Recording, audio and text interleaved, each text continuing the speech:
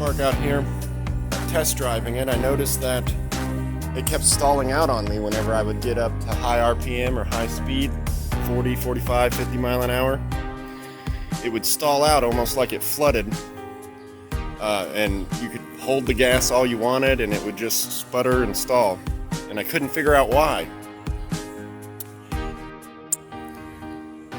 So I spent a couple of hours looking at the vacuum hoses and vacuum lines underneath the seat here. The air box. This came with a little pink hose that was pinched off, attached to this thing on the back of the air box here. And then it came with another pink hose attached right here where you see this black hose. It was about 5 or 6 inches long and it was capped off on one end. So it went to nothing. It was just attached to the air box and then capped off on the other end of the hose. And then up here you see this little knob here. This leads to nothing. It's just a piece of plastic. Okay? And it had a hose. It had this black hose connected to it. And this black hose was dangling down beside the gas tank and just hanging down, attached to nothing over here. So it was just this hose attached to nothing hanging from right there.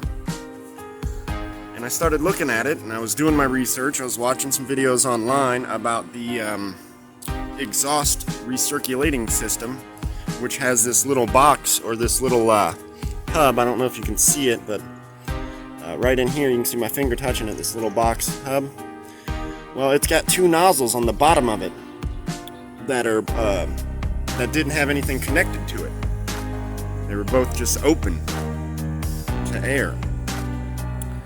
And fiddling around with it, I took this extra hose that someone had put here from the factory and I cut it down to size.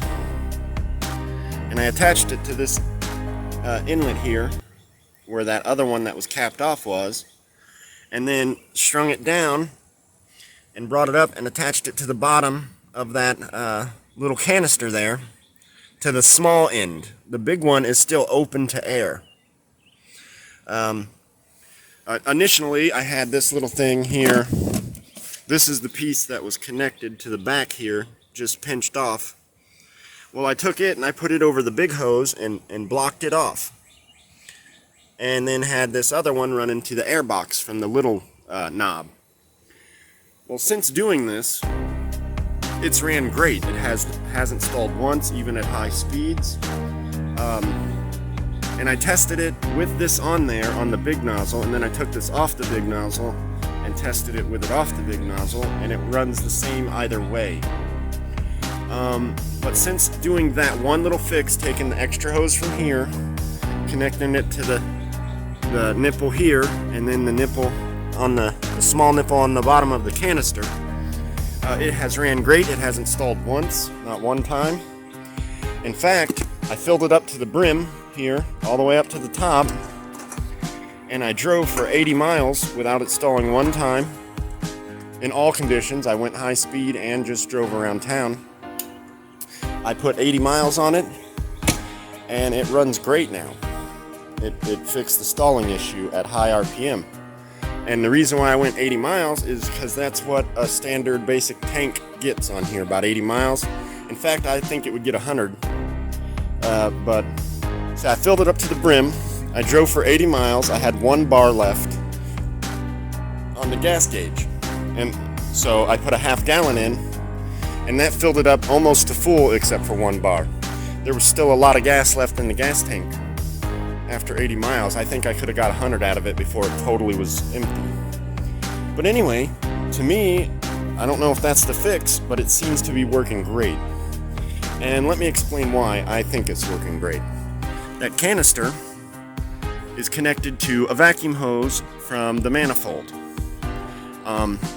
There's a hose coming out of that canister that runs to the back of the air box right here, if you can see it, the one, not this line, but the one behind it here. That one. It connects to the back of the air box here. This one connects to the front of the air box. It's a circulating system, an exhaust circulating system. I think the reason why it was stalling at high RPM is because the vacuum, it was suffocating. They talk about the vacuum suffocating. by connecting this in, you're completing the loop, the circulation loop.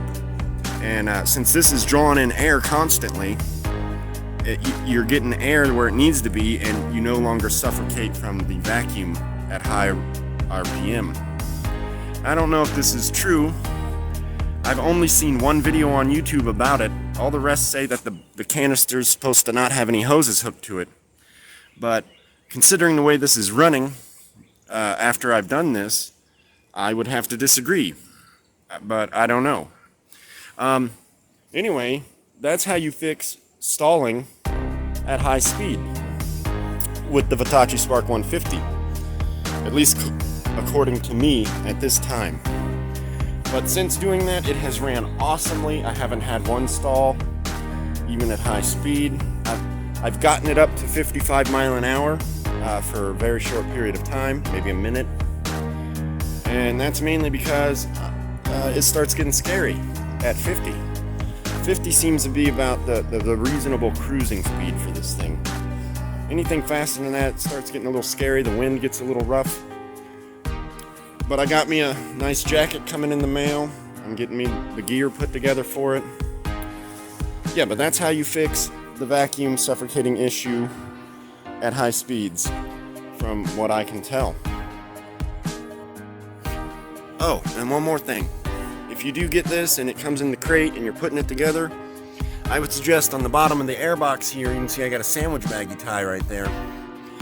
And here, I would suggest getting some Loctite to put on the bolts that you put in here. Because if you don't, there's a good chance that they will vibrate right out. I lost both bolts, or all the bolts for that. So yeah, get some Loctite when you're putting it together.